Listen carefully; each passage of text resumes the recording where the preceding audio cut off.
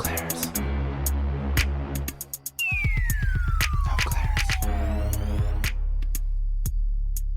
No glares.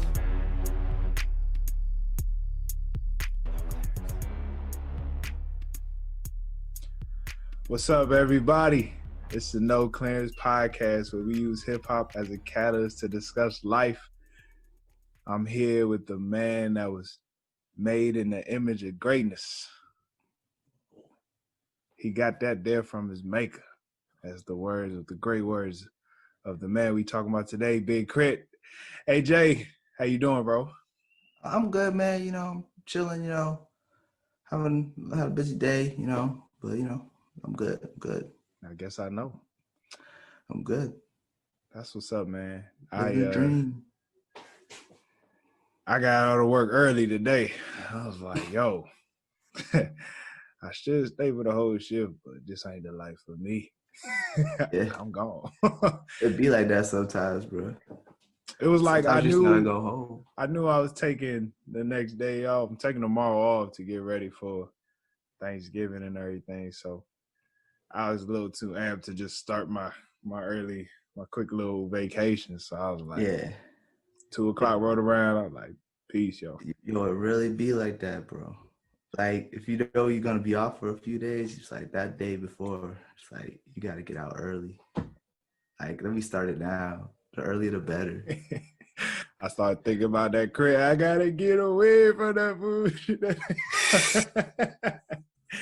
Oh, and speaking of that, ladies and gentlemen, today we are discussing "Forever Is a Mighty Long Time" by one of my favorites in the game right now, Big K.R.I.T. You see his latest album in the back, but we talking about the album before, "Forever Is a Mighty Long Time." I'm very excited to get into this one, man. But first, real quick, I want to give a special birthday shout out to my sister Lexi.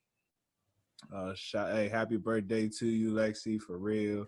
You've been making a lot of major moves, being a published poet and all that stuff.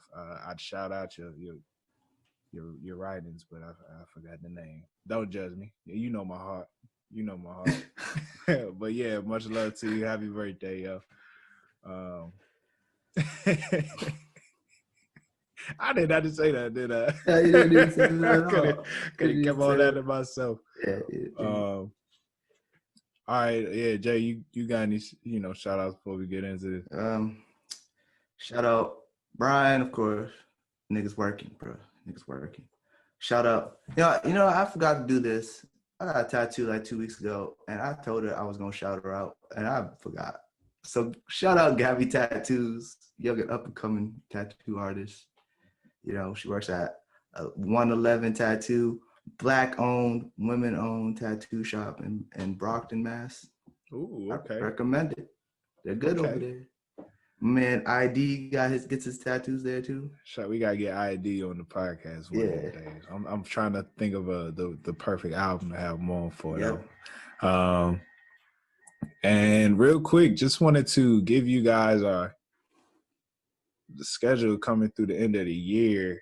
I think next week we're gonna have Lord Oziantu back on for Flower Boy. We're gonna do Flower Boy with him, and the week after we will discuss Control by SZA. We're gonna have co-owner of the throne, Brittany Bryant. We're gonna have her on for that episode. So, and then I think after that we take a very quick hiatus, right? Yeah, we're gonna take a little break for the holidays. Restructure. A little bit. You got some plans coming for y'all. So So excited. Making some changes. So yeah, we just asked y'all just listen to us through the end of the year. Oh man, so many things you got to do before the episode. We want to ask if you're watching this on YouTube, please hit that subscribe button. Yep. Matter of fact, click that notification so when we come out, you the first ones to know. If you like it too. If you don't like it, dislike it. It don't matter. Leave a comment. Know your opinion. Yeah, leave a comment. If we just listen. Want your opinion. We need to know. We want to know who our audience is, and we want to communicate with y'all. Exactly. And if you're listening, we ask that you Make sure you subscribe to the podcast for one. And then next, we ask that you leave a rating. Scroll to the bottom, leave a rating, whether you're on Spotify or Apple Podcasts. So I think we've got, and please, we are getting ready to drop exclusive content just for our website going into the new year. So make sure you go to noclearancepod.com and subscribe to the website. There should be a little form on the site. Put your name, email address, so we can work on, getting y'all that exclusive content. Also, let us know if you guys would want some merch. We have some merchandise and ideas, But if you guys want it, we'll do it. But we got some ideas. We got a lot going on, working on a lot of future stuff. And let us know when you listen to the episode. DM us. Yeah. Let us know what you guys think on No Clearance Pod, Instagram or Twitter. Just give us your thoughts on what you may want to hear next or what you like about the show. We just want to hear from you guys, and we even what you dislike about the show. All the opinions matter for us. We're trying to make this the best hip hop lifestyle podcast possible. So, all right, thank y'all very much. Now we can really get into the show. All right, man. Forever is a mighty long time. And sure a mighty long time, wasn't it? Forever is and forever always will be. Yeah, it was. Jay, it's a long album. Well, let me ask you. Let's first start with Big K.R.I.T, man. First off, what do you think about the artist? First off, I've never been a fan of Big K.R.I.T. I'm starting with that. I never really He's talented. He can rap. Nothing against his rapping, but I just never been a fan. I've never could get into his music. I've tried. It's just it don't sit with me. It just you listen to it, it's okay, cool. I don't want to go back to it. I don't know what it is. I just never have liked him. I wanted to. I've really tried. You've been telling me about him for years. I listen to everything he drops, and I'm like, it's a good listen. I probably won't listen to it again. I don't know what it is. I really tried too. I just don't know what it is. I'm not the biggest fan of Big K.R.I.T. It felt like homework. Listening to this album, bro. No offense, but I'm just not a fan. Just not a fan. I like the couple songs though. Okay. I like the second half of it the most. I am a big fan of the second half. I love both sides. We'll get into that in sales rack. But when would you say the first time you heard about Big K.R.I.T?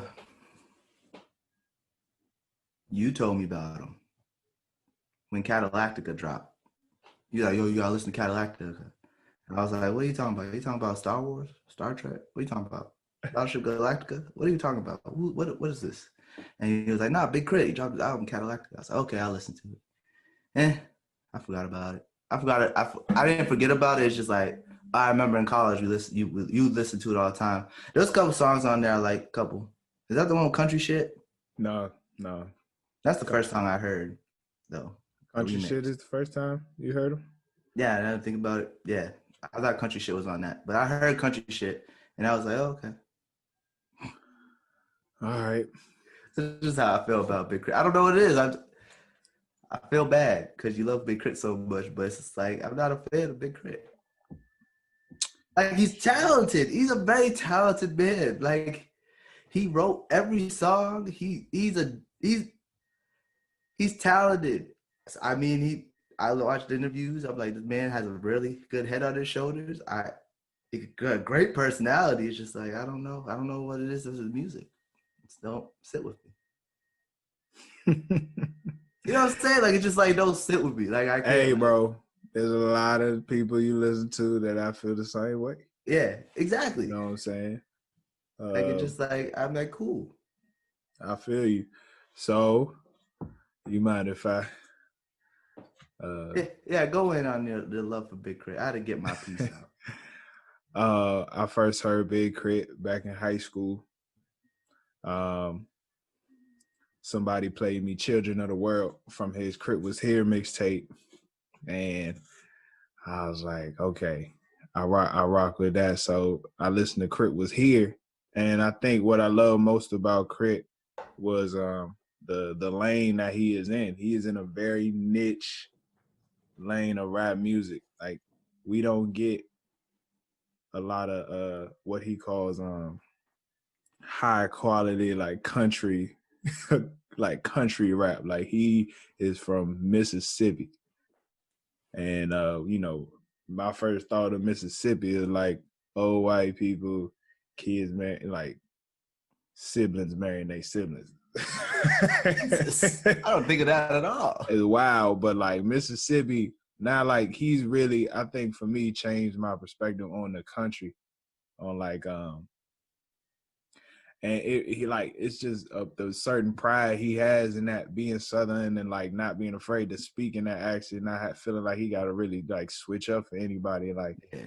and you could really tell the difference between him and like Atlanta. Like, Atlanta is Southern, he country. Like, there's a big difference, you know what I'm saying? Him talking about candy yams and collard greens. Like, I know I'm from Maryland, but I just be feeling like I relate with him a lot when he talks about, he gets into his spiritual bag, talking about, God, and, him being from Mississippi, and that's like part of the Bible Belt.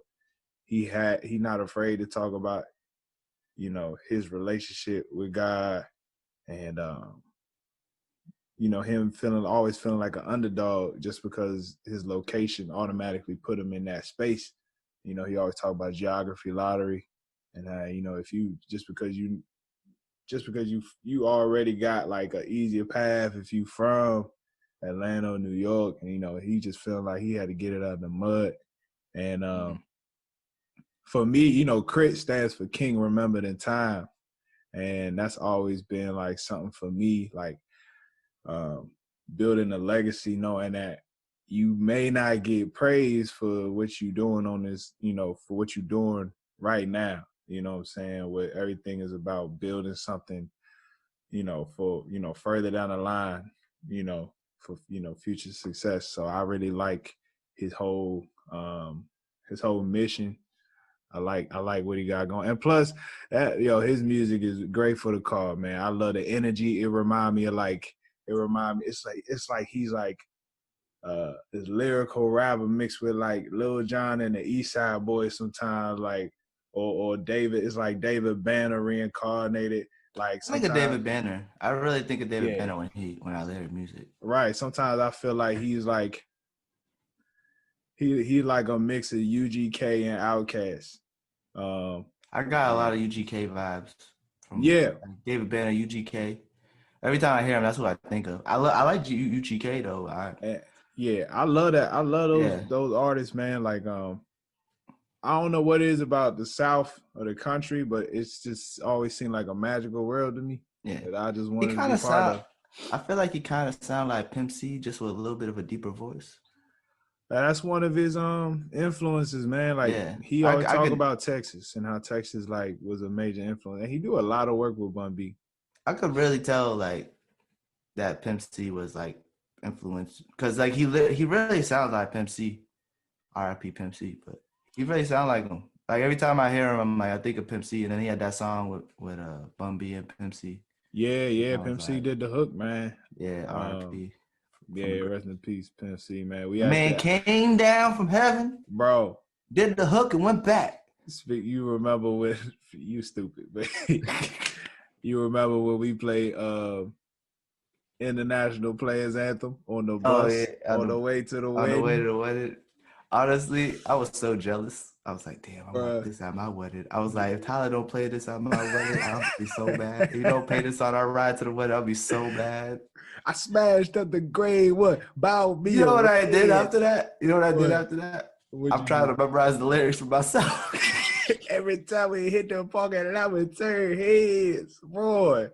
I got 2 songs I gotta remember the lyrics to. That one and "I'm Ready" by Tevin Campbell. That's funny. That's me and Jada's song. That's Bruh, me and Jada's song. I'm gonna be rapping that 3000 part 2. I'm gonna be like, don't do it. Reconsider. You go like, you sure on the subject? You know what? Fuck it. I mean, you know we got your back like chiropractic. Boy, I'll be hitting that part to you, boy. Yeah. That shit was so dope, bro. Oh I was sitting man, there, I was like in awe. I was like, shit. that was the greatest I experience. couldn't even get involved because I was in so much awe. I was like, bro, I always wanted this. We I all, always wanted this. we all got up. We in the bus just standing up. Oh my goodness, bro. That shit was so. I was in awe, bro. I was like, I want this. If we don't thank Beautiful UGK, moment. if we don't thank UGK for nothing else, International Players Anthem is just an everlasting classic. You know what I'm saying? Like, I was wondering. I meant to ask you, but when you was going on, but I didn't want to interrupt. Are there any other Mississippi rappers? no, NBA young boy from Mississippi. He from Louisiana. Louisiana. The only other person I know from Mississippi is Carlos Miller. Oh yeah, is that where he from? Carlos, no wonder he's so funny. I thought he was from Atlanta for some reason. And it's funny because I don't want to say their journeys are similar, but you see how they both doing their own thing independently in their fields, and then they both like. It seemed like Carlos took a little longer to get there, but he's one of the best. Yeah, that man's hilarious. Oh my goodness, he's hilarious. He's an ordained minister now. Is he really? You gotta see the last 85 South Show episode. He's an ordained minister, bro. The most recent one with Currency? Yeah. I gotta watch it. He can do weddings. Yo, I would imagine him doing your wedding, bro. That's hilarious. I wouldn't be able to keep a straight face. You gonna take little buddy to be your John? You gonna take little buddy to be your thing? I just find it so funny how the whole show he be just rolling up. Yeah. It just be rolling up the whole time. But then when he speak, man, it's like everybody listen. Yo, that's a good 85 South Show. One day we get on that level. But all right, so you want to get into the sales rack, man? Anything else you gotta say? Nah, I really like how you explain K.R.I.T. It makes a lot of sense on why you like Big K.R.I.T. Now that you explain, I might listen to the album. I'm like, oh yeah, this is everything that Ty likes. I love his energy, man. I just be feeling it, man. Like, you know, there's a lot of rappers like Cole. I listen to his words. Kendrick listen to his words, but sometimes the way K.R.I.T. just be like rapping or the way his melody, sometimes it's just like, just be. I was listening to all his mixtapes today, man. I was listening to It's Better This Way. I was listening to King Remember That Time. K.R.I.T. was here, and I was just, and you know, he has some issues album wise. I'm not gonna say he has some of the greatest albums right now. Like his mixtape game has always been better, just because like the label always had problems clearing his samples. Like some of the beats is not even what he wanted. Like he couldn't make some of the albums the way he wanted just because they couldn't clear the samples. Yeah. And that's another thing about this album. This is his first independent album. He was able to drop off Def Jam and do this, you know, independently through his multi-alumni label. And you already see like the difference because of the freedom that he's able to give himself. You know what I'm saying? Yeah, I watched a bunch of stuff. They're saying like his mixtapes were album quality. They definitely are. I love his mixtapes. Quality. Like they weren't. A lot of people consider them albums, not even mixtapes. They are like all his albums are like full out stories to him. Like K.R.I.T. was here was almost based off. He used a lot of Friday Night Lights references. Yeah, talking about Boobie Miles and how he kind of almost felt like Boobie Miles in a way. Mm-hmm. And then you know, every John had a story. Because the mixtape he dropped before this album was It's Better This Way. And I think that was his announcement to the world that, like, you know, I tried going the route of the label, but I gotta take it. I gotta be independent because they don't see my vision. I gotta go a different route. You know what I'm saying? So, man, and then he gave us a double album which I Yeah. think I always thought was dope. Cause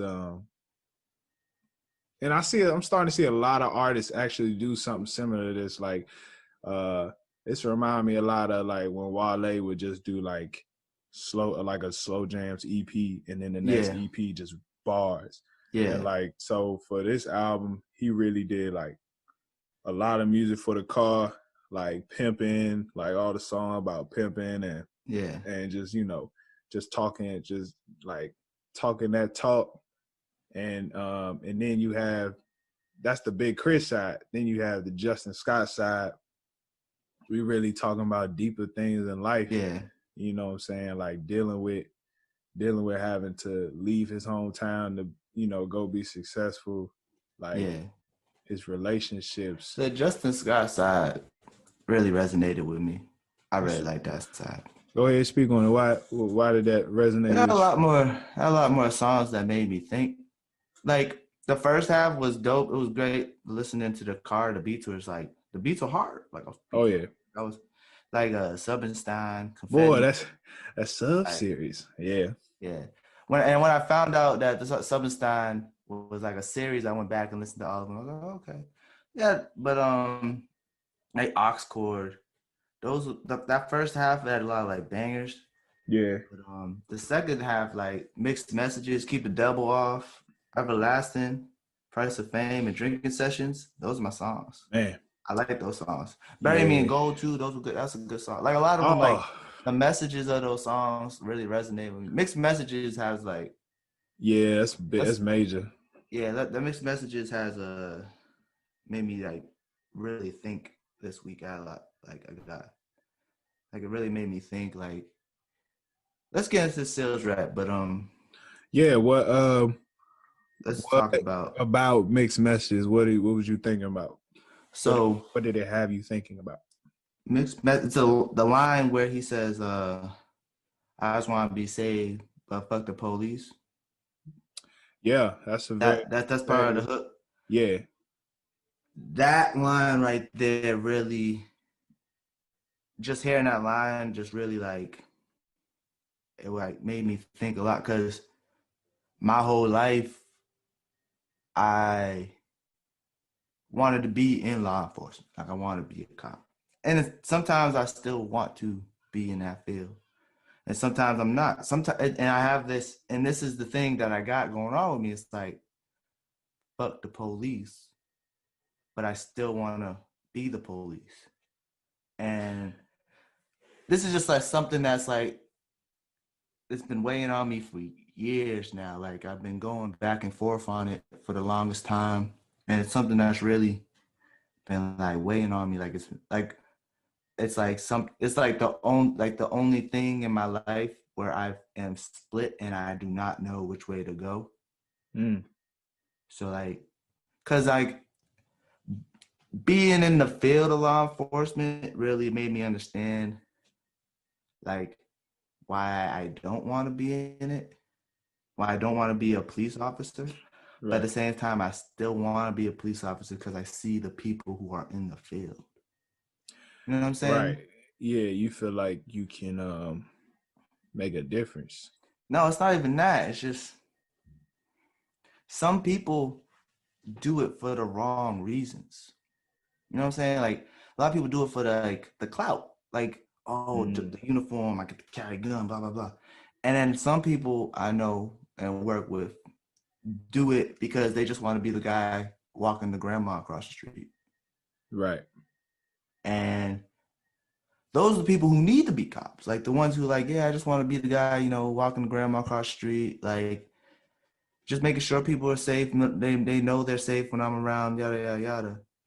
And then there's people who are just like in it for like the badge, the car, I get yeah, blah blah blah, like, and seeing that really like turned me off of it because it's more of them, and then there are the people who want to do it for the right reasons, and even the people who are in it who say they're in it for some of them who say they're in it for that, they still in it for the clout. You feel me?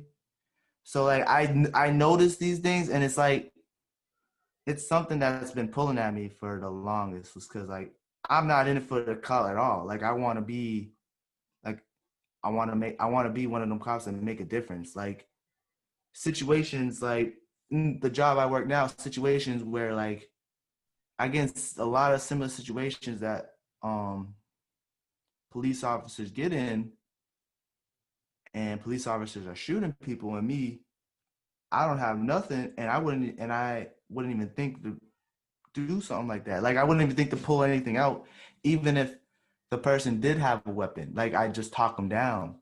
You know what I'm saying? It's like so. It's like that song really made me think about that. Like I really, it's something that's been weighing on me for the longest. Like, do I want to go this way? Do I want to go that way? And it's hard, man. And then the song like really made me like I said, I don't really nothing really sits with me with Big K.R.I.T. Like none of the songs sit with me, but this song actually Yeah. sat with me. Like this Yeah. song like really had me like thinking. Okay. Yeah, I think it does talk about the like duality of a person. Yeah, I know I know I think a lot of us have different sides of us, you know, there's certain sides that we let people see. Certain thoughts that we let people think, you know what I'm saying? Because I know there's a lot of times my thoughts could be very conflicting, yeah, you know, with other things. You know, there's so many things that he said in the hook that's like, you know, very, very, very true to myself. You know what I'm yeah, saying? You know, one of the most like, I don't even call it conflicting, and I'm sure he feels it too, is like the spiritual side of myself, and then just wanting to be, I don't know, just wanting to do things I like doing. yeah, You know what I'm saying? Like, especially as a Christian, it's like, you know, people get on you. Or I don't even think people get on you, but yeah, I do listen to hip hop. You know what I'm yeah, saying? But I know a lot of people that just listen to gospel. You know what I'm saying? Feeling like, yeah, I shouldn't. People, you know, feeling like I shouldn't listen to it just because of the words and stuff. But me personally, I like to hear people's stories. You yeah, know, and if that's how you put it, if you put it in that version, and you sound good, I listen to your story. yeah, I don't believe it should affect my walk or my faith just because I listen to it, you know, and it don't, yeah, you know. Um, but that's just, you know, I guess it's part of like everybody has their own, I would say, contradictions. But you know, it's also like I was listening to Charlamagne talk to Nikki Giovanni, yeah. and she said, you know, if you, I guess it's more over time, but like if you're not contradicting yourself, how are you growing?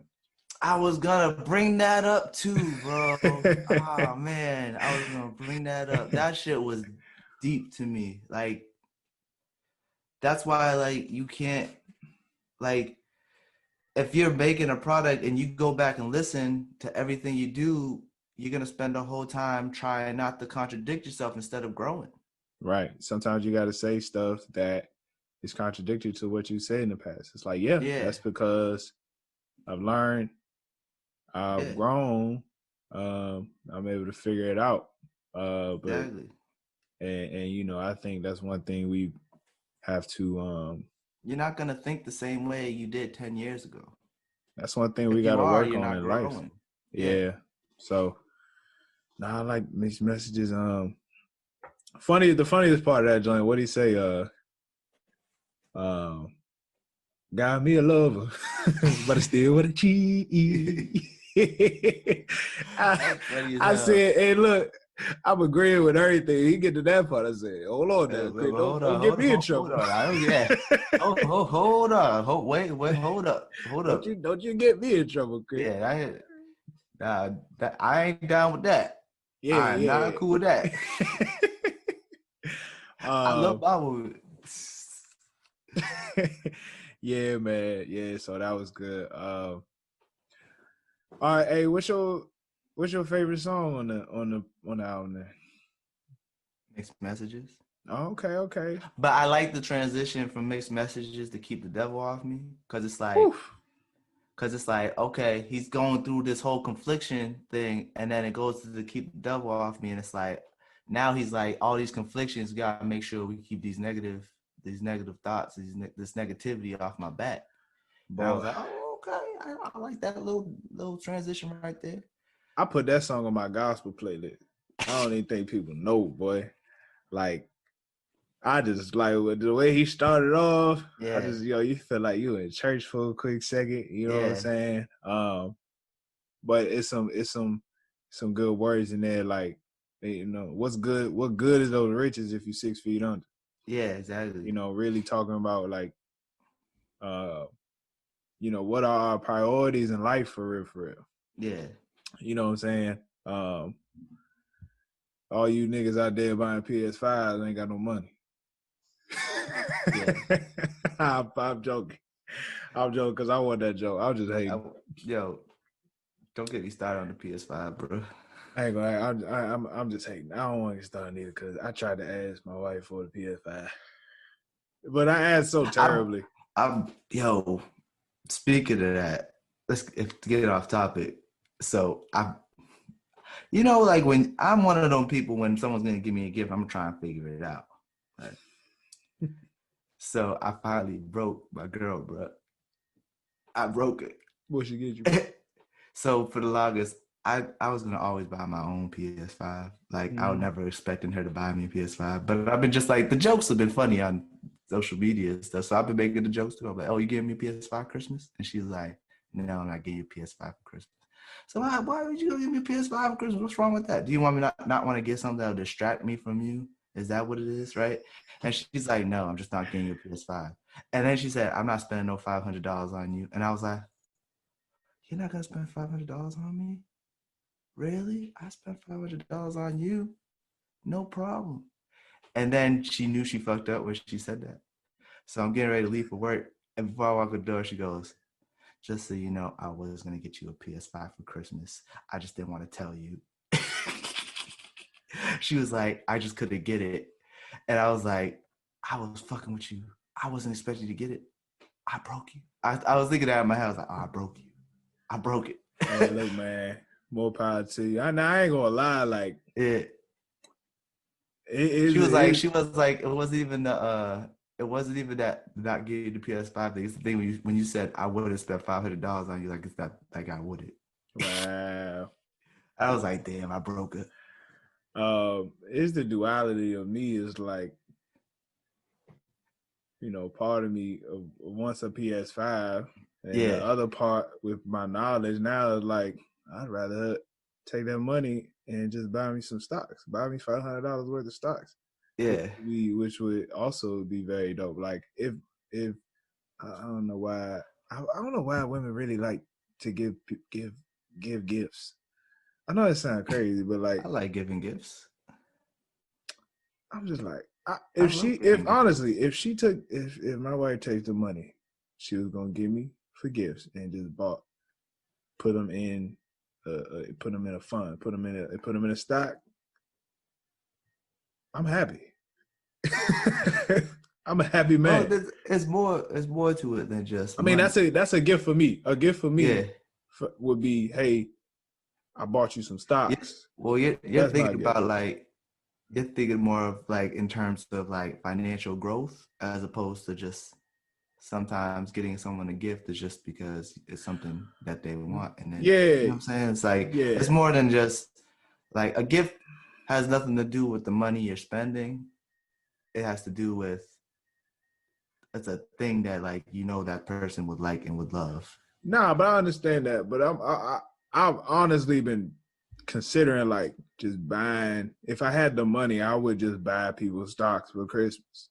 Yeah. Like I would rather buy something to help you. That's make like a long-term thing, though. That's a long-term thing. I would buy something to help you make more money. You'll thank me 10 years down the road, and because sometimes people just don't be grateful, and I'm sure some people, but some people just don't. Money's not the only thing that's important to a lot of people. But that's not even really like. That's not giving people money though. That's like I know you're giving that's them legit investing in somebody. Yeah, you're giving them future but at the same time, it still technically counts as money. Like you're giving them future money. You know what I'm saying? Yeah. I mean, it's Like, like do what you want with it. You can sell it and do what you want with yeah, it. But true. I'm But it's here the to help same thing. you You're out. just giving someone money for Christmas. It Oh feels cold. man, yeah. It feels cold. Before imagine my kids. I Yeah. bought you some stocks for Christmas. Fuck. Empty Christmas tree, nothing under that, Joe. The kids are crying. They're like, "Daddy's a monster." What'd you get you? I got you that Amazon stock. Better be happy, boy. They ain't gonna get it till like they 30. Yeah, Amazon they sell exactly. it, Joe. But all right, man. Keep the devil off. Yeah. Gotta keep the temptations off you. That's funny how we got there. But Yeah. I do like keep the devil off. My favorite song is Get Away. Dog, I play like every time that song plays, I gotta play it back like 3 times. Yeah. Like the first time I play it, I rap with it, then I run it back, and I just go through my feels. Like, man, it's just it's just a mantra. Yeah. It's a serious mantra. Like I gotta get away from that bullshit that they on. Yeah. You know what I'm saying? That's a good. I like the message behind that song. Like sometimes you just gotta get away. You just gotta like when bullshit. Like when people come to you with a bunch of nonsense, the bullshit that doesn't even have to do with anything. Like it has no like effect on your life. Let me just get away from it. There's no. It's not gonna better me. It's not gonna. And you know, a lot. If it's not making me better, then it's Right. not like there's no point. I like that. That's a good mentality to have. Sometimes you can't have that mentality the whole time. Like every day, it's hard to keep that mentality up. But Well, not only that, man. it's, It's more like I ain't finna let none of this affect the way I yeah, live. You yeah, know, one part of the song, he's saying like, I can't wait on the government. Got to do it myself. Stack all my yeah, chips up. Never gonna slip up in case my folk needs some help. Like yeah, it reminded me, like when Trump first got in the office, everybody was all worried and stuff. Which yeah. with the pandemic now, I get it. But like at the initial when he first was like Initially, when he first was elected, I was like, this thing ain't gonna stop me from doing what I want to do. Like he ain't gonna it was stop a me sad. from It was a it was. sad day. It took a lot of people a little bit longer to Bro, get. I was pissed that people was like scared. Like, I was like, Nah, it was scary though. I'm just telling you how I'm feeling. Yeah, I understand the situation, but when he became president, I was talking to my wife on the phone. I'm just scared. I was like, man, fuck that nigga, man. I'm finna go do what I need to do. Like at the yeah, end of the day, especially for a man, like, bro, only person that's gonna stop you is you. yeah. At the Nah, end of the day, I was like, man, forget him, man. I still gotta yeah. go to work the next day. Well, This thing my ain't got nothing to do with me. yeah, I eventually got to that point, but at first I was like, damn, this sucks. Now this year I And was tripping I was this tripping year, I during the was tripping. election. This year But I was like, I need this man to lose. yeah, no, for real. I got to the point where it's like, I was like, man, I mean, I ain't never had a fuck president in our favor ever. So it's not that big of a deal. Ain't nothing changed. Ain't no change. I was like, even when Obama was president, it was still motherfucking racist ass niggas everywhere. They were trying to hang that nigga. They were talk about oh, Trump come president, we gonna die tomorrow. No, we ain't. And ain't nothing gonna Bro, change for us right away. we have always had, as black people, we have always had to look over our shoulder. It don't matter who the Exactly. president is. All this does is make us more sensitive, Exactly. even more sensitive. But it's like, no matter who the president was, we still had problems as the people we had to figure out. Exactly. There's a lot of people in our community, still People living check to black check, black people still getting shot by the police when Obama was still getting president. exactly. So it was like, we was gonna have The only thing problems and things to figure out regardless. Exactly. The only thing was scary about that nigga become president because that nigga was fucking stoking the fire. Yeah, That nigga was giving them the racist confidence to keep doing what they were too afraid to do because they thought they were gonna get chastised. But then he gave them he gave them the confidence to make the communities that they can be a part of, where they can have all the same opinion and go on fucking marches like in Charleston, South Carolina, and fucking Charleston, that march in Virginia was crazy. yeah, yeah. I was in So the like, area. I was in that area during that daggone march. oh damn, that's crazy, At a bro. wedding. I was like, bro, Oh shit, nah, fuck that noise. nothing But like he was being. he armed he armed them with the, even though some of them supporters were saying that, oh, you don't, I'm not, you don't, just because I vote for them, I'm racist. It's not that you're racist. It's just that you're supporting somebody who has no problem letting racists do what they do, instead of, you know what I'm saying? Like he has no problem letting them do what they do. Let me ask you something. What would have happened if we all just agreed to ignore the man? And not in the sense of politically like needing to get things done, but Yeah. what if whenever he tweeted, nobody responded? Or what if, all right, if they do those marches, you only marching for a day. How about like why care, and just we need to figure out a way to handle our business? Like Well, what? Like I think it's just like why let him take that energy from you? because when you see evil being done, some people just can't stand there and watch it. I'm You not feel saying me? we stand there and When watch you, when it, you see when you see not like you but said, you ignore it can't fight hate with with hate. hate. Yeah, I'm not saying we gotta go love them. I'm also saying, the same way they have meetings and be all, and be all, it's schematical. The word they just be planning shit.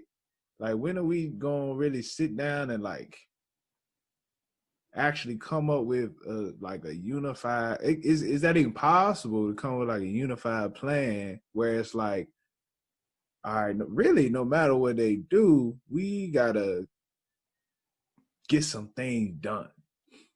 Like, do you know what I'm saying? I just don't. yeah, I just really hate how like the president, the former, well, he's gonna be former in a second, but it's like I really hate how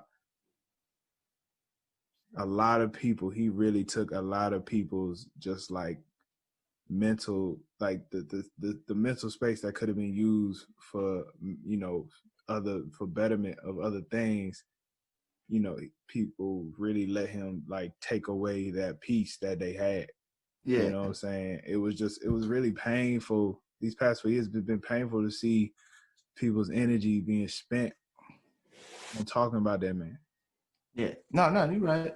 Some people, it's just like, I guess like some people don't have thick enough skins to be like, whatever, fuck that nigga. He ain't gonna ruin my day. But at the same time, some people within those people, they're like, this really is like, it like really fucked up a lot of people, that people voted for this man. Like so many people was like, let's get this man as president who stoked the fire of hate so much. Hmm. You know what I'm saying? Like, it's not cool. A lot of people, it don't sit right with them.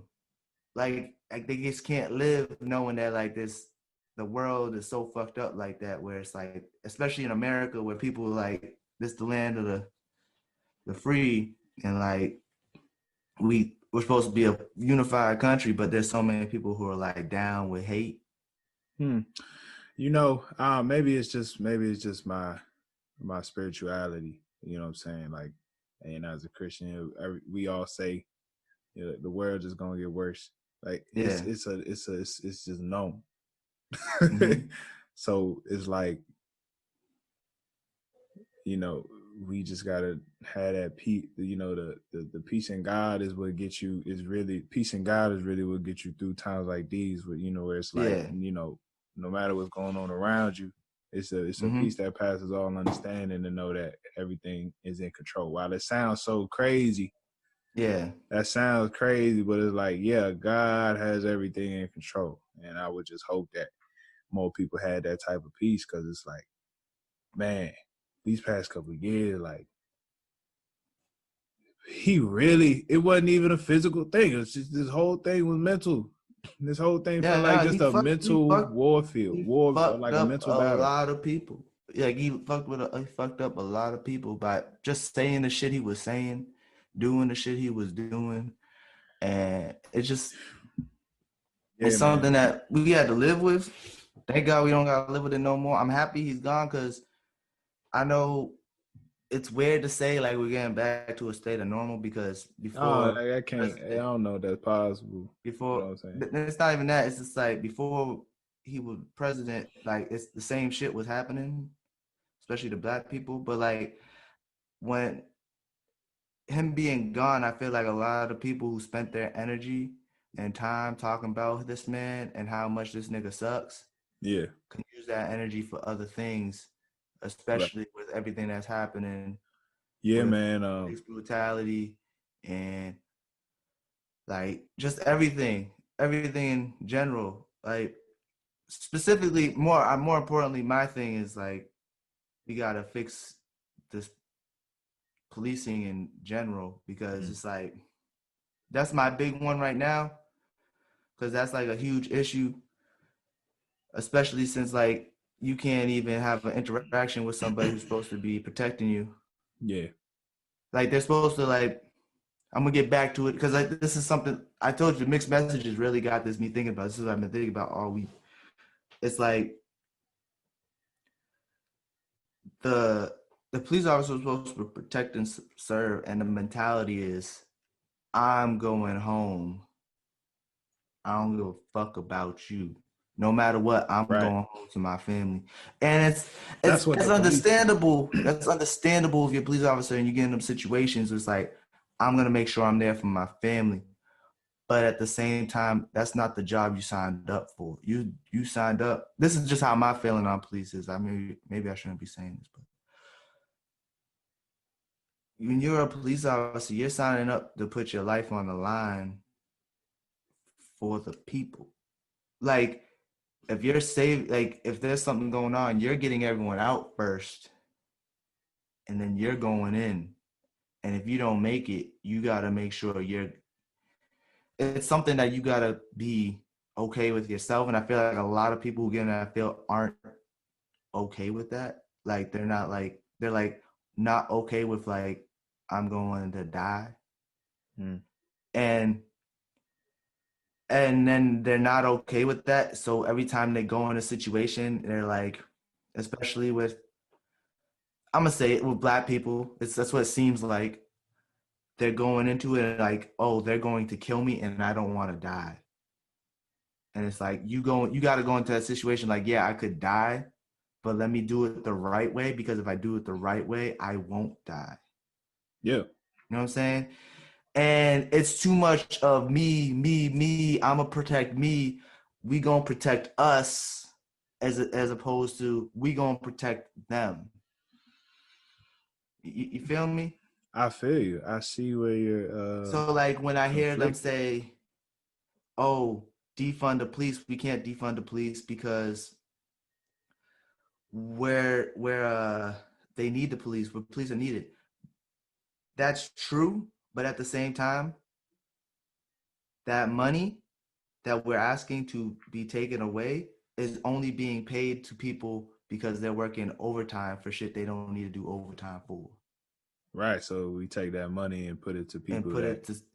put it to education because these teachers is working hard as hell. Why are people who are teaching people to become billionaires not making money? You know what I'm saying? Like it don't make no Boy, sense because some people become billionaires and their teachers struggling their whole life. You know, you feel me? you know, I've been thinking about that with the education system. Yeah. I'm really considering like just start donating to the public school system so that, Yeah.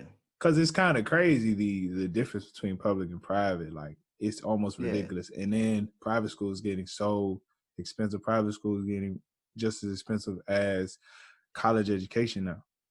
Yeah. You know what I'm saying? So it's like there's no middle ground for schools. Exactly. And then charter schools, all they try to do is pass the test. So I don't even think the kids really even learning that much unless you have like an amazing teacher.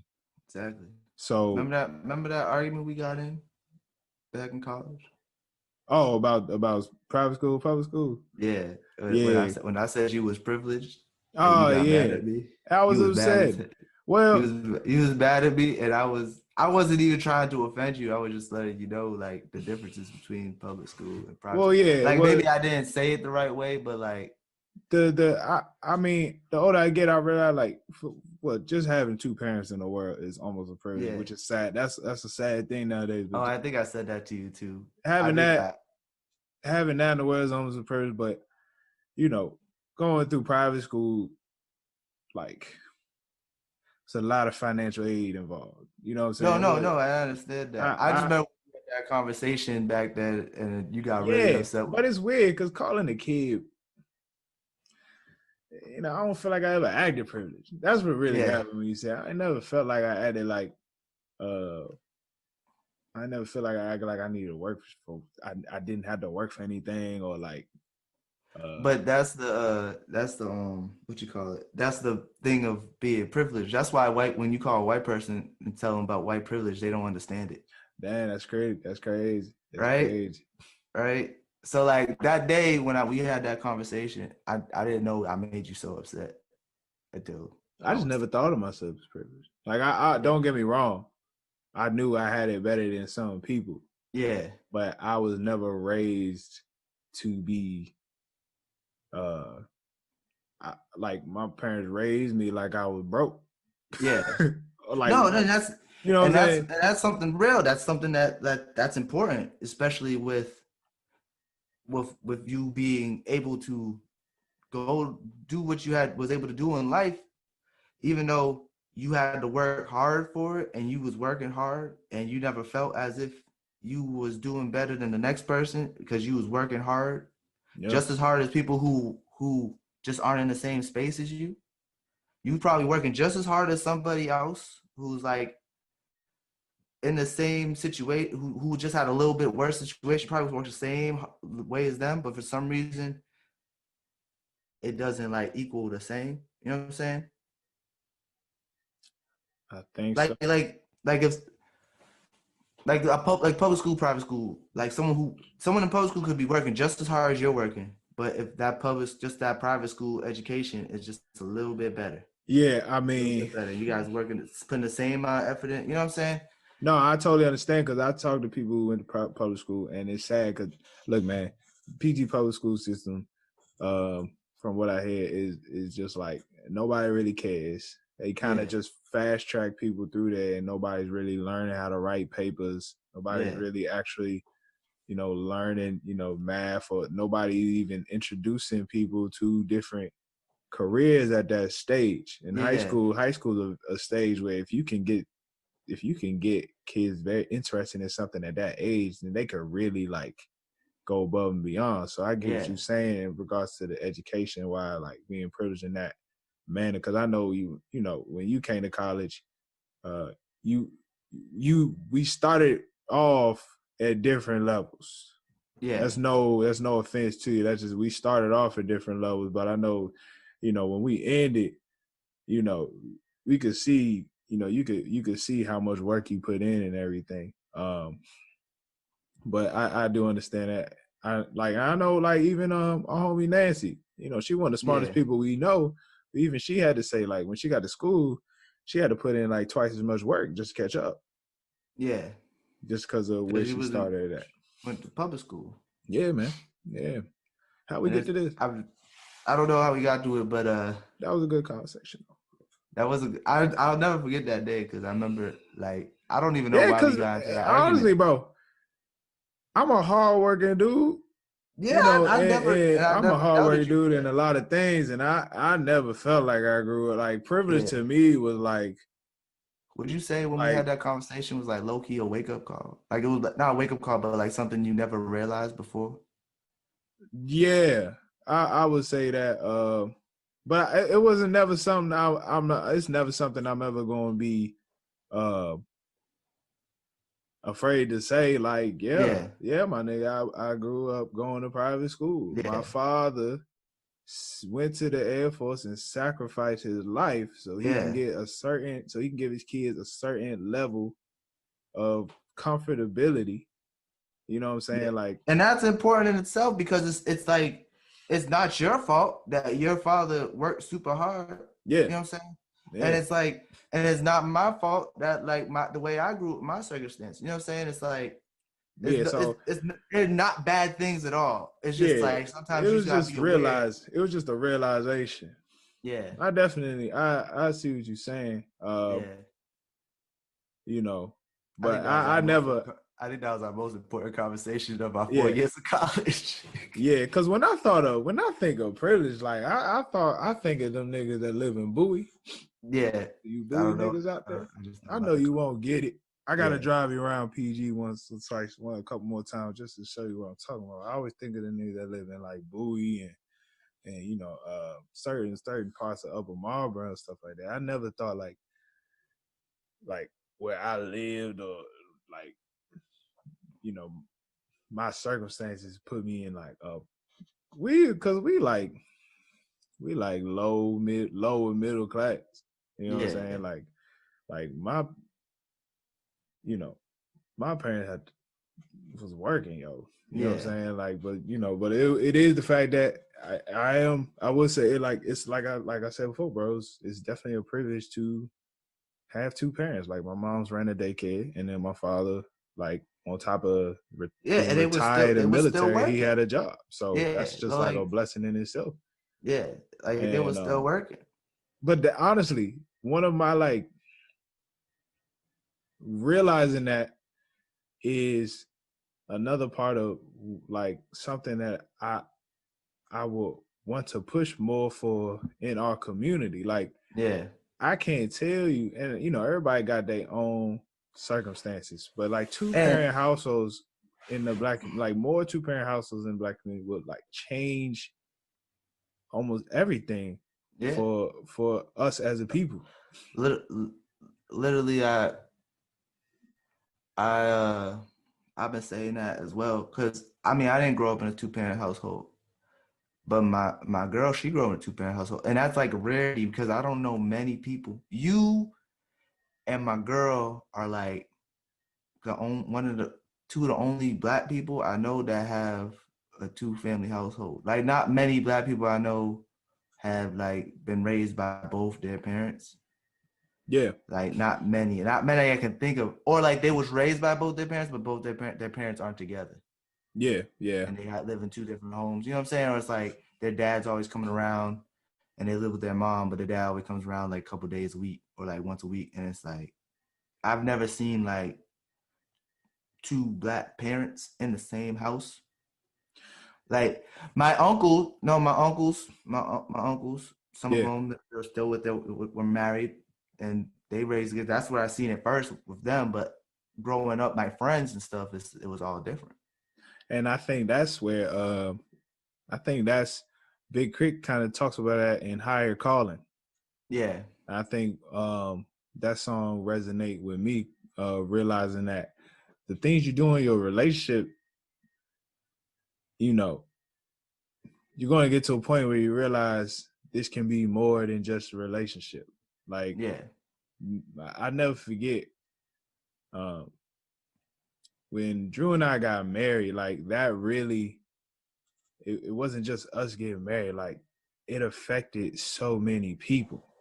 yeah, Like we get married, next thing you know, my brother-in-law decides to like, hey, you know, his fiance is like, we're gonna make this official, we're gonna get this wedding going.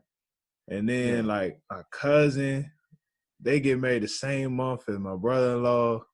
yeah, My boy uh decides to propose. I got people talking to me like, hey, me and my boyfriend, you know, we wanna you know, we think about talking to you too soon because we considering marriage.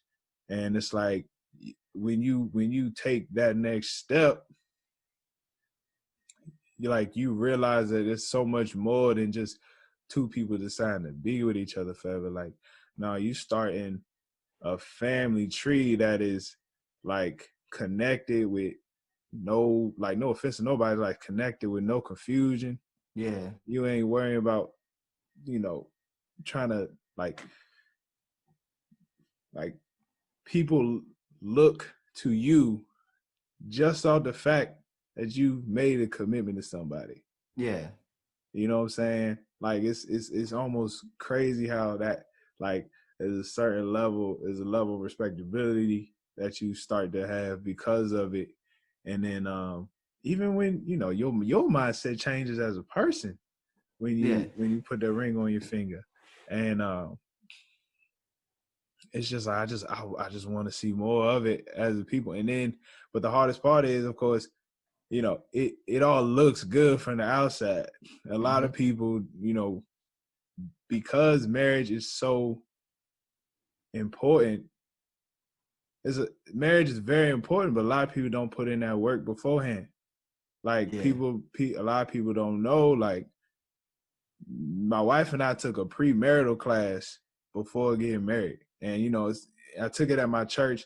Some people may not be in the church, so I really recommend to anybody who even considering marriage with a person, like, take some type of marriage, like pre-marriage counseling, so you guys are on the same page beforehand. You take like a pre-marriage counseling so that there is no surprises before getting into this.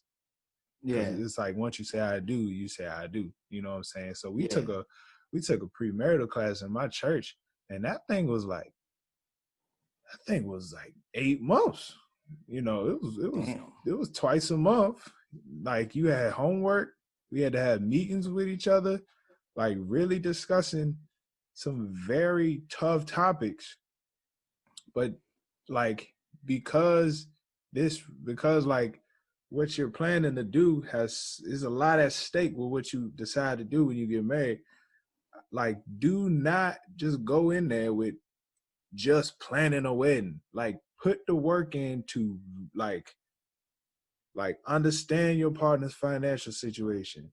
Like, talk about how certain things affect you.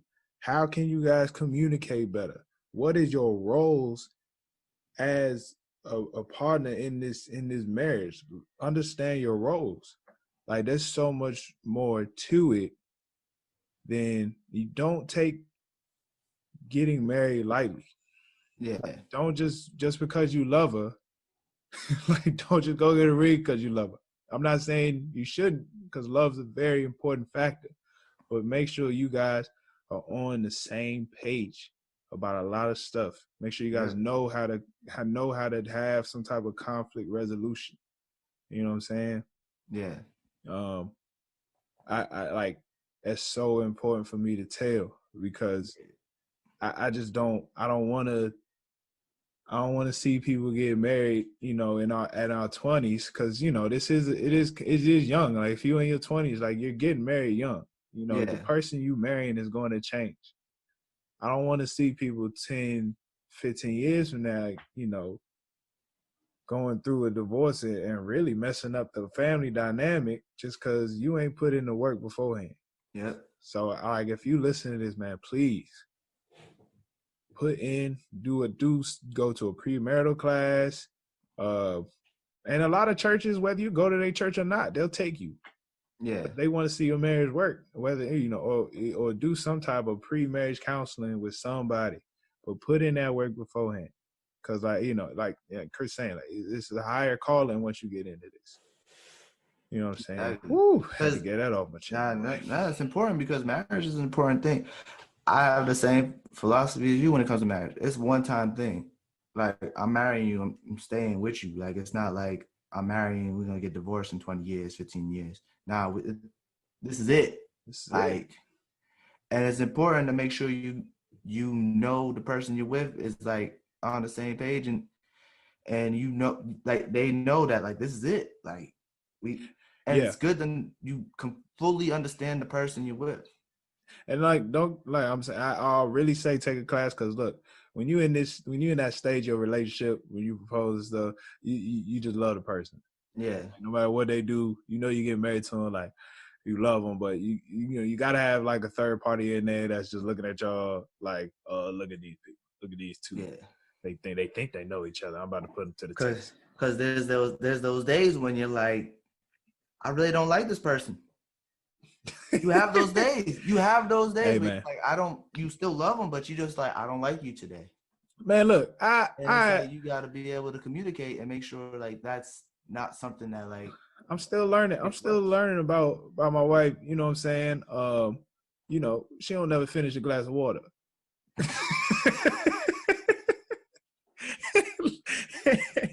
Hey, bro. I see that glass of water half empty, dog. I be like, I just don't understand. I don't know. My mind. But I'll also be like, bro, there's a lot of stuff you don't do. So don't even start. Just pour that water in the sink, keep it pushing. Yeah. You know what I'm saying? You gotta understand yourself as well as the person you're with. Yeah, man. So it's important. You gotta ask yourself if the chemistry you got is everlasting. You'll get it if you listen to the album. Yeah. Man, shout out Higher Calling and Jill Scott on that song, boy. Jill Scott, she could sing. That's the second album we got Jill Scott feature. I think we got to get a Jill Scott album. I never forget how they put her in that fat suit in that Tyler Perry movie. Was it a fat suit? Yeah, they put her in a fat suit, and then she took the fat suit up. I heard she gained weight for the role. Oh, I thought she because she lost weight in the role. Exactly. So I'm assuming they just put her in a fat suit, and then when they in the end of the movie. So did they record? So did they do what they usually do, like with movies when people lose mad weight? They film them the end of the movie first when they're good, and then throughout the course of filming, she just gains weight. To be honest with you, I think it was the clothes. I think they just put her in a fat suit, not a big fat suit, but like they probably put like the clothes they put her in, and they probably put some padding on in the clothes to make her look bigger than she really was. I don't know how you put a thick woman in a fat suit. That's the point, because she was supposed to be like obese, and then now she lost weight. No, we're gonna stop right there. That's how they portrayed her in the movie. She was not her mean ass husband. Obese is a little far. She was a little big. Nah, they was, but that's what they're trying to hint at. Yeah. But then they put her in a fat suit. I don't know why that reminded me. I'll never forget my brother made a statement one time to this girl. He said, "Girl, you're not fat. You thick." Oh, let me say that a little. You thick. I'll never get that line. You not fat. You thick. My brother like Drake. He let her think with it. That's too funny. What song you think the big three should be on? Oh man. I would like to hear J. Cole on Bury Me in Gold. Okay. I think he would add a very nice addition to that song, especially with the way he's rapping about gold and stuff. Cole always raps about stuff like that. So I think he would be great for that. I think you could put Cole on maybe Price of Fame. I was thinking that for Cole. I'm gonna put Drake on 1999. Yeah, that seemed like that's a commercial song. That's my least favorite song. I love it. It just reminds me of the strip club. Ain't nothing. Yeah, Drake could be good on 1999. I love songs that remind me of the strip club. Or you could put Drake on the UGK song because that nigga loves UGK too. Yeah. I think that was kind of his theme to Take Care, right? Yeah. So, and Kendrick, you could put Kendrick on Mixed Messages. That's how I think.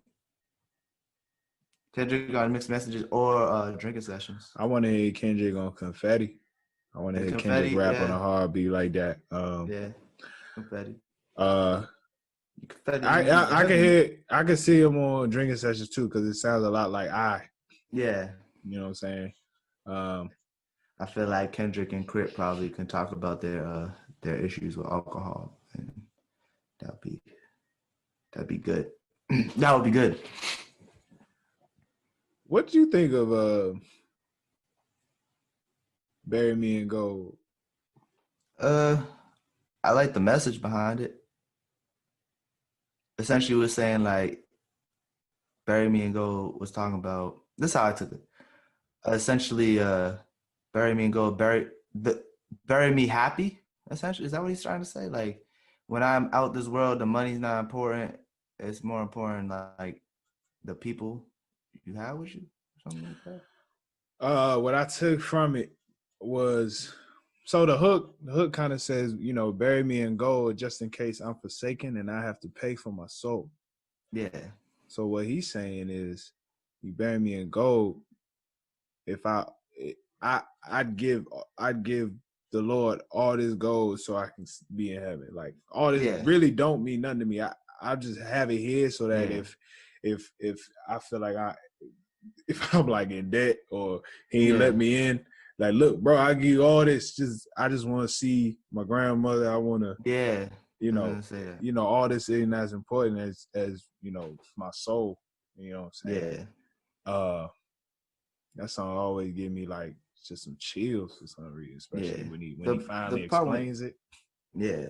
The part where he's with the grandmother part is I give up everything to see my grandma again. I was like, that's dope. It's deep right there. I met my grandmama, boy. My grandma, last memory of my grandmother, she fried these big old pieces of chicken. I ain't, bro. You can ask my brother about it. We came to her house. She was like, I fried some chicken for y'all, drumsticks, like this big. I'm like, where she get this chicken from? Most people can, they fry the wings, the little Yeah. wing at She fried the whole these is drumstick. whole drumsticks, bro. Rest in That's like a peace. fried chicken breast. Rest in peace, Myra. Love you. Love you. Oh man. All right, worst song now. I didn't like 1999. Hmm. I didn't really like it. I skipped it. There's a lot of songs I skipped, but I didn't like that one. That one, it seemed like he was trying to make it a radio hit. See, he always got stripper songs though. So Yeah. that for me, I was like, oh, this is stripper song. I don't really feel like he tried to make radio hits no more. I mean, I know, but it just sounded like it was like his attempt at a radio hit. It was like just a song that would be played on the just played. It was like his mainstream song. Like I like that. I like when I first heard. I mean, look, everybody love back that thing up, man. Juvenile yeah, is a legend for that one. But so I appreciated yeah. I No, it was appreciated the ode to Juvenile.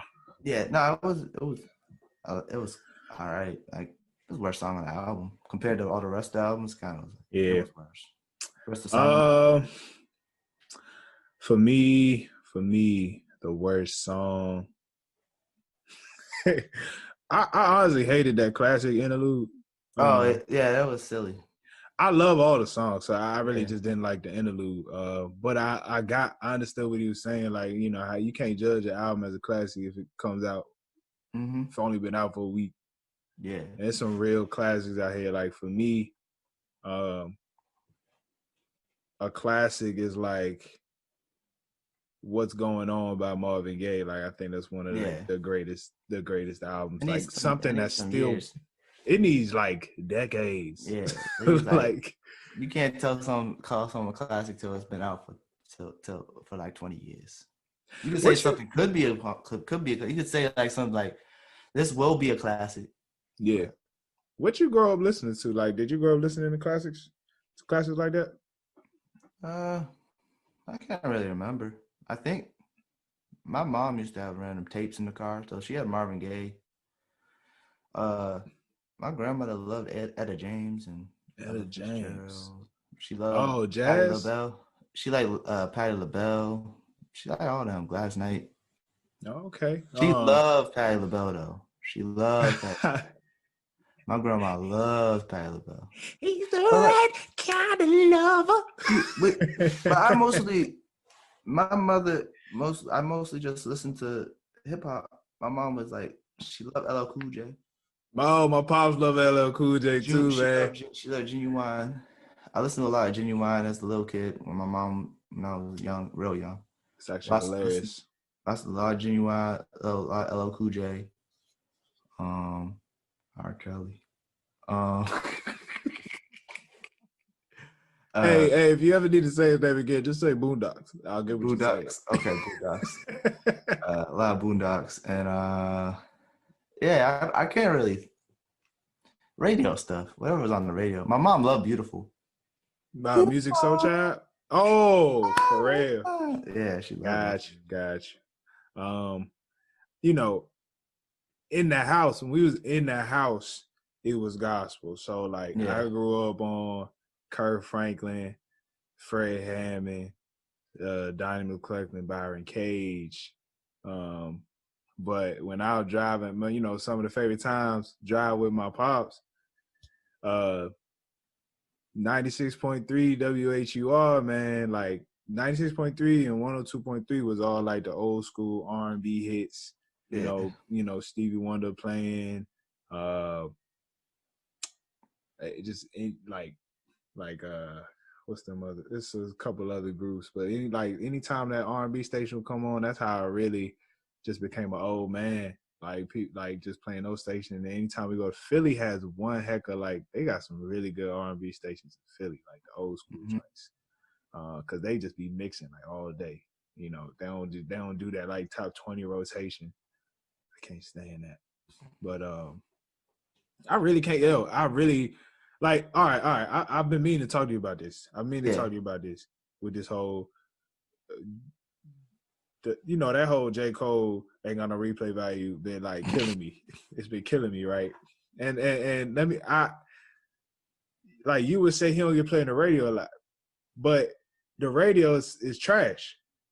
Like the radio based off of. I'm not saying. But listen, the radio gets paid to play certain songs by the labels.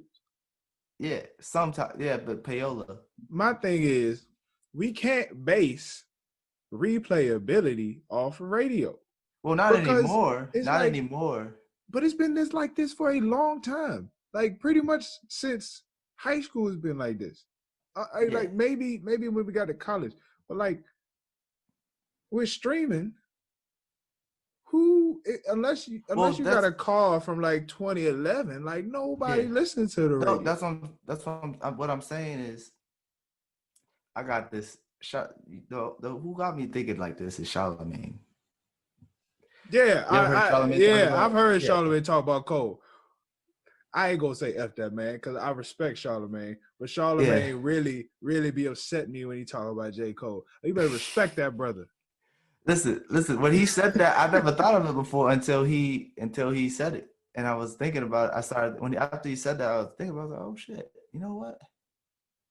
He don't like. It's not. You gotta be, unless you a Cole fan. Like I said before, unless you a Cole fan, you will listen to his shit all the time. But the casual fan, who I was talking about, I was being objective. I want to talk about this though. I was being objective.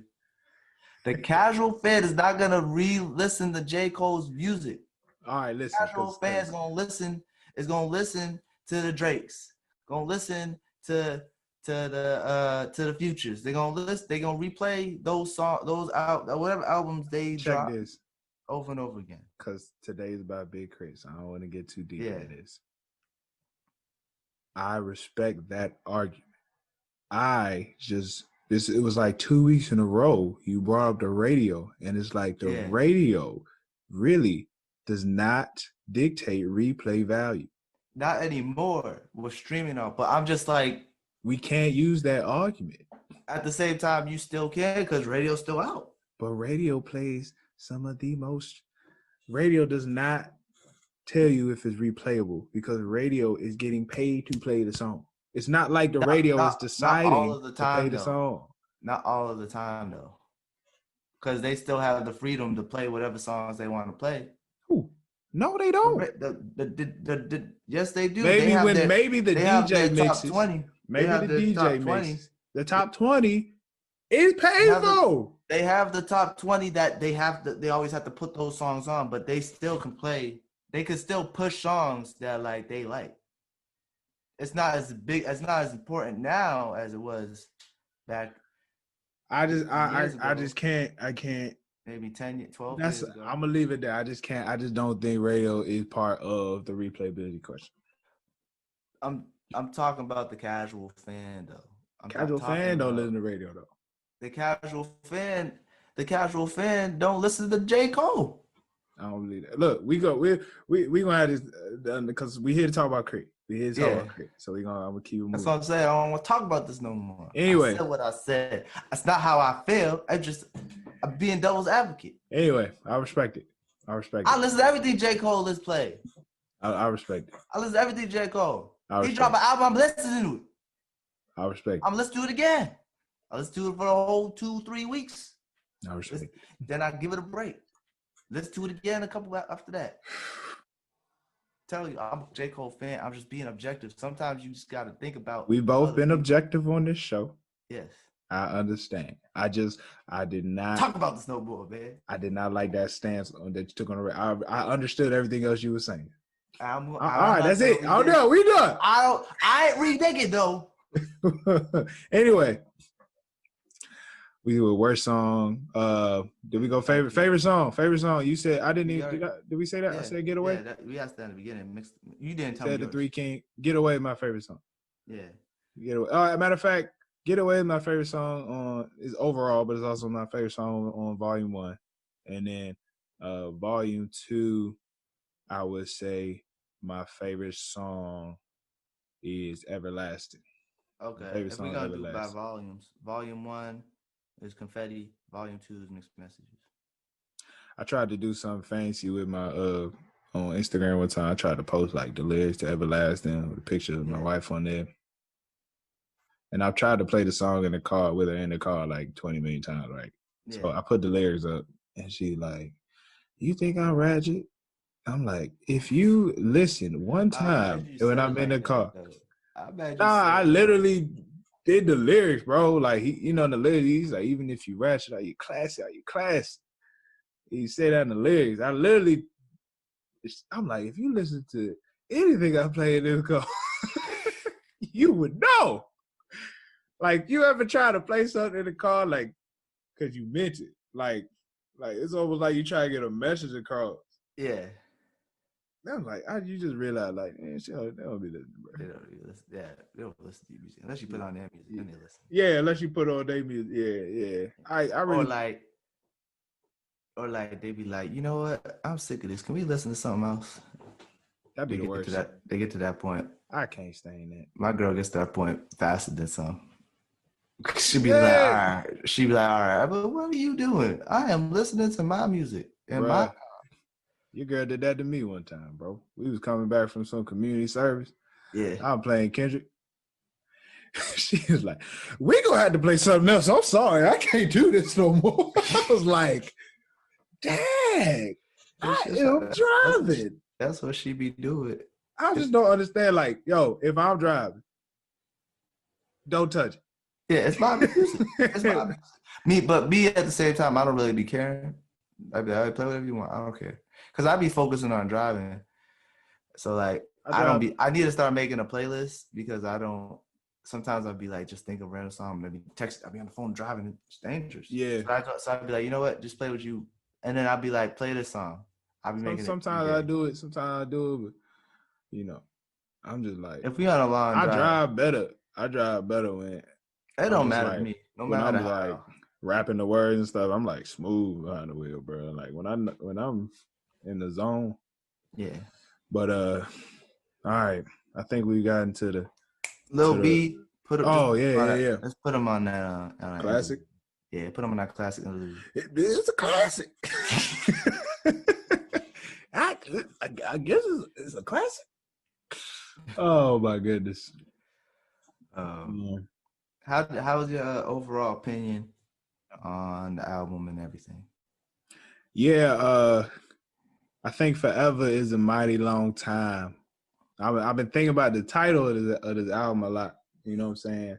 And with this being his first independent album, I think 4eva is a mighty long time means, doing stuff with the amount of effort, realizing that, you do stuff that will last, doing things that will last, that will last past your lifetime. You know what I'm saying? And so when you put that type of work in, that's part of being a king, as they say, doing stuff not only just for you, but for those behind you. And so I think Chris going on this journey is, being an independent artist, leaving the label and putting in the work on the ground. He talks about that a lot in the album. And there's so many things you do that is worth, lasting a lifetime. Like we talked about, like marriage is something that is not only you doing that for you and your significant other, but that's something that can leave a long lasting effect. Yeah. Not just doing things for the money, but doing things for the love always has a greater outcome. And you know what I'm saying? And being smart with your decisions. You know what I'm saying? When you what do you say? Like you said, if you what's good is those riches if you're 6 feet under. Like we have to live like we're going to be around at 60. Yeah. You know what I'm saying? And so, man, this is my favorite K.R.I.T album. He gave the true K.R.I.T fans like everything we wanted in this album. And so, I appreciate him for that. What you got to say, Jay? Wasn't the biggest fan of Big K.R.I.T, but and his album, it was like okay. But there's songs that stand out to me. The second half is like way better to me than the first half. Yeah. And the song, like I said, the song "Missed Messages" had me thinking all week. Yeah. Like I've been thinking about what I've been thinking about all weekend. I think that's important in itself. A song like that could just make you reflect on yourself and like the things that are pulling at you and splitting you down the middle. It's really important to have stuff like that. It's good. It's really important to have stuff like that to make you think that way. And I'm happy that Big K.R.I.T was able to do that for me. I forgot to talk about Get Up to Come Down. That is probably number 2 or 3 on my favorite song album. Because CeeLo straight killed that joint, number 1. And it almost. Have you ever seen CeeLo Green's family? His family? Yeah. Like his wife and kids. What do they look like? These niggas look like the Black Adams family, bro. They look weird. I was watching Family Feud, Celebrity Family Feud, and I was like, yo, his son looked like Cousin It. It's wild, bro. I was like, yo, this is the Black Adams family. Good for them, but like they just look weird, bro. Like they just look like a weird ass family. It's good for them. Nothing wrong with it. It's just like they look like the Black Adams family. I thought it was hilarious. Just look up CeeLo Green's son. I will. This nigga look like Cousin It. Fucking long, straight hair. Thick ass eyebrows. I like the song. I liked how he put CeeLo on there just because of the title. It almost reminds me of Get Up, Get Out by Outkast, but it's Get Up, Come Down. So having CeeLo was a dope feature. Yeah. And I just love the way CeeLo said nigga. Oh, wow, your nigga off account, bro. Oh, good Lord, this man just went. What did Simone say last week? You were I'm a contrarian? Yeah, I know what a contrarian is. I'm gonna tell you this right now, Simone. I didn't know what it meant before, but I know what it means now, and I beg to differ. No, I think she's right. Yeah, maybe she is.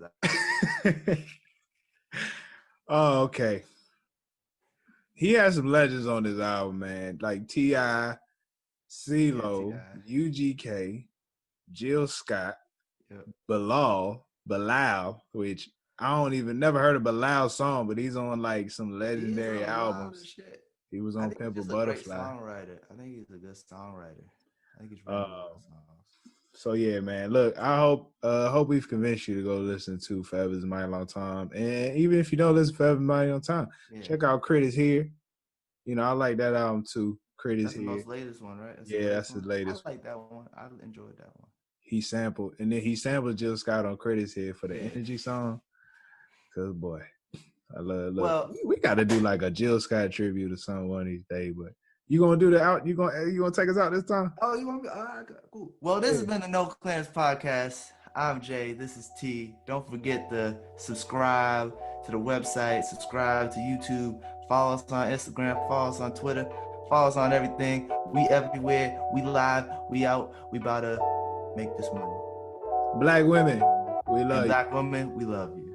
I always forget that part. I don't know why I forgot Peace. that part.